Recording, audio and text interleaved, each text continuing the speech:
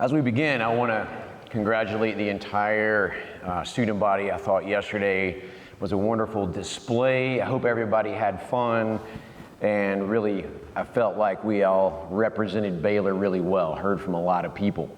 I think that's one of the things that we all love is supporting each other as we go through our Baylor experience. And so I think congratulating the entire school on that would be a good way to open today's chapel. How about that?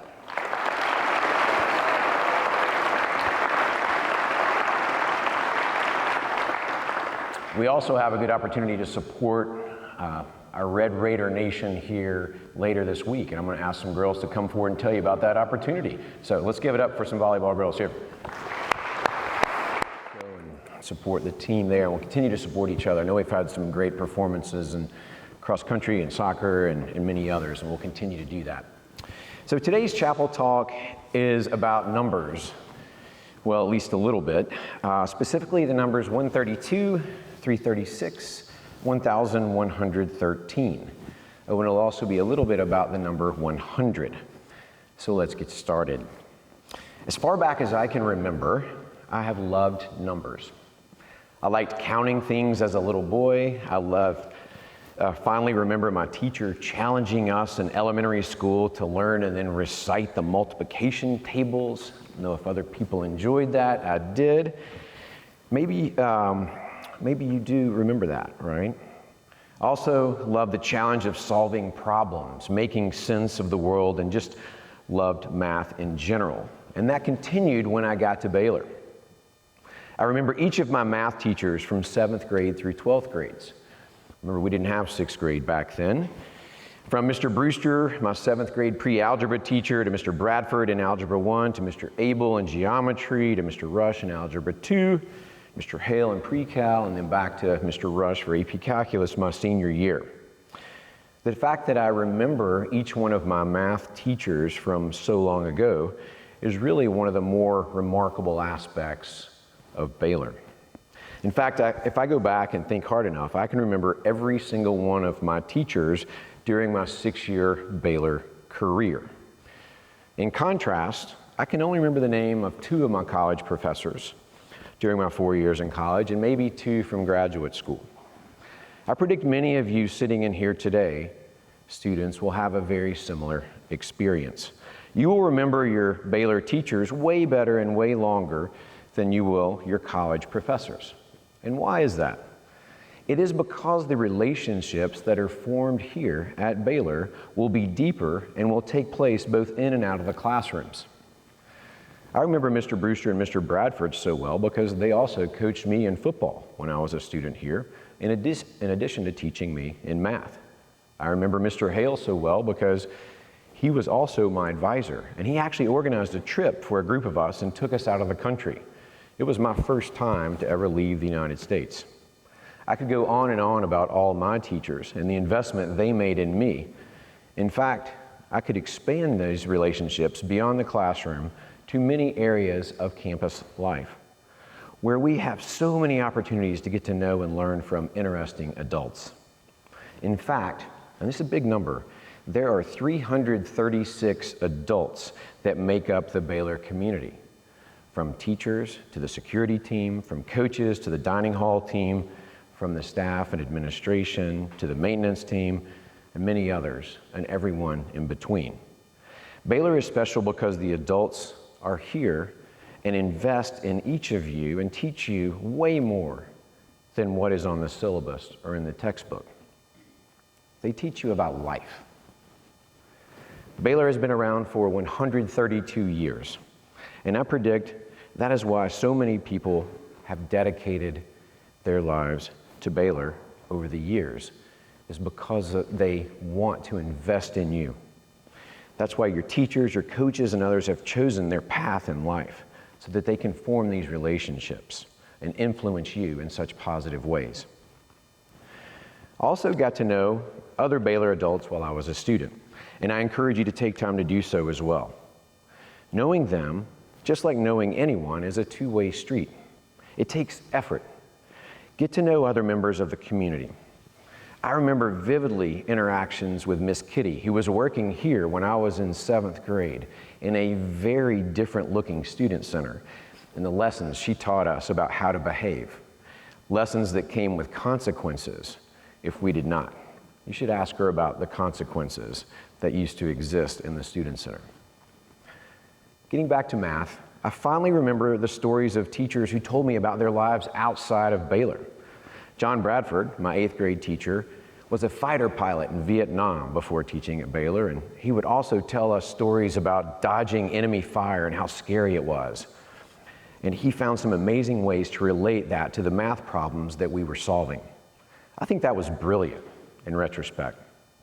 It certainly made us more excited about solving problems, and it made us far less likely to complain or whine about anything.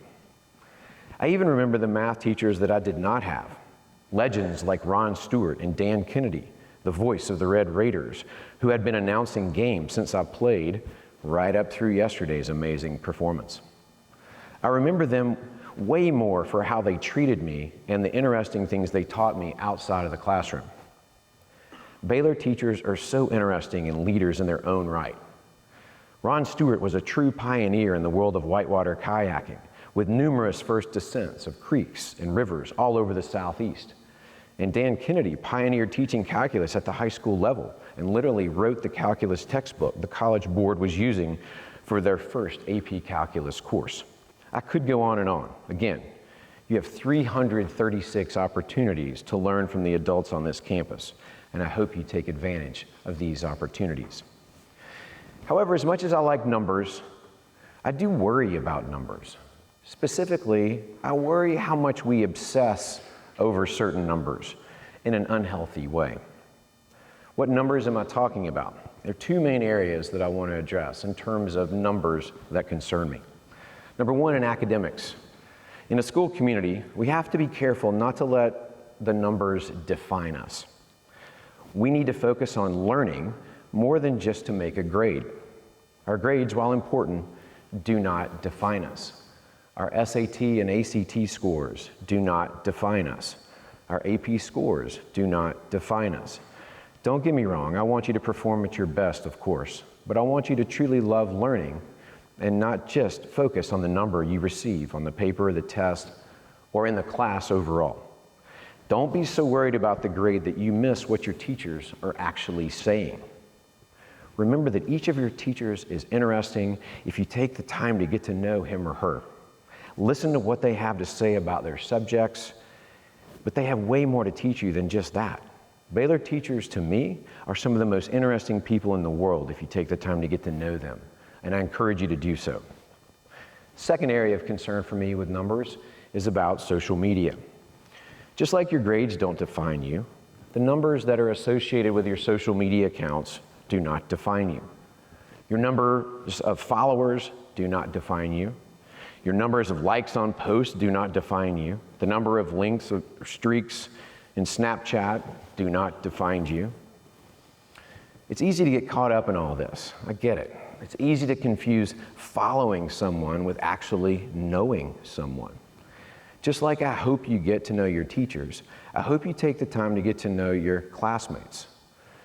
Every Baylor student, really all 1,113 of us, every one of you is writing your own story. And what I've learned over time is that if I take the time to pay attention to those around me, I'll learn how interesting each and every one of you are in this chapel. It is harder for you as students in some ways than it was for me when I was going to Baylor. We didn't have text or social media or even email back then. I do try to resist romanticizing the past, and I firmly believe each of you is experiencing a version of Baylor that all of my classmates would envy. I actually hear that from alumni all the time.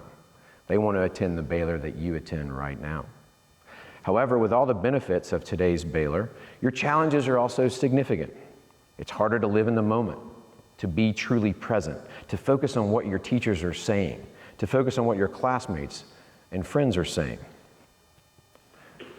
One area I think it's a little easier to focus on being in the moment is the trips that we take with students and teachers. Trips of all kinds. I especially enjoy a joint adventure where we are all pushed a little out of our comfort zones, sometimes maybe more than a little bit. I've traveled with students all over the world and look forward to continuing to do so in the months and years to come. When I reflect back on these experiences, I love them for the same reason that I loved my classes at Baylor. It is because of the human interaction, the time sitting around at camp or hotel, airport, talking, getting to know each other, that I remember fondly. One of the reasons I love class trips, or most of our trips, is that we don't allow phones. It is really, really challenging to be present, to be where your feet are, as we like to say, when you have your phones. If you are having a conversation, if we are having a conversation, and I pull out my phone and look at it, I'm sending you a message that you are not as important as the person on the other end of this. Same thing applies to class or chapel or simply sitting in the quad with your friends. So, I have a challenge for each of you and for myself today. As we go through our days at Baylor, I want us to resist the temptation to look at our devices and instead be present with each other. Let's continue our long-standing Baylor tradition of speaking to each other as we pass each other in the hallways, in the quad, around campus, looking each other in the eye rather than looking at our phones as we walk around. And I'll even take it one step further. Something I actually learned while on a college visit last spring. While touring this campus, I learned this from the college president, and I thought this was a great thing, and so I'm going to begin adopting it.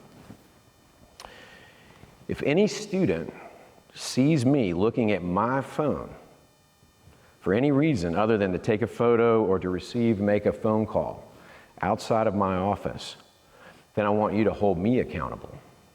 Truly, if you catch me doing this, I am committed. I mean this enough to where I'm committing to where I will donate $100 to the Baylor Fund in your name. Your name will be printed in the annual report. So you catch me, I'll be accountable, $100 to Baylor in your name. This is my commitment to being present. We're all busy, I get it. The number of emails and texts I get on any given day is significant. However, I want us to commit to the value of being present with each other, in person. So I'm willing to do this challenge myself. In closing, I'll say this. One day, one of your classmates, teammates, teachers, coaches will have a choice to recommend you. They can recommend you to college or grad school or for a job. Somebody in here will most likely have a decision on whether or not to hire you or not. They will remember if you were dependable, if you were committed, and if you were a good listener, whether you took the time to get to know them. They will also remember how you treated them and how you treated others. They will remember how you made them feel if you took the time to get to know them, not how many followers you had. Who we are today impacts who we will become in the future. You see, life is really not about numbers. It's about people and relationships. It's about connecting and learning each other's stories. Each of you is here for a reason.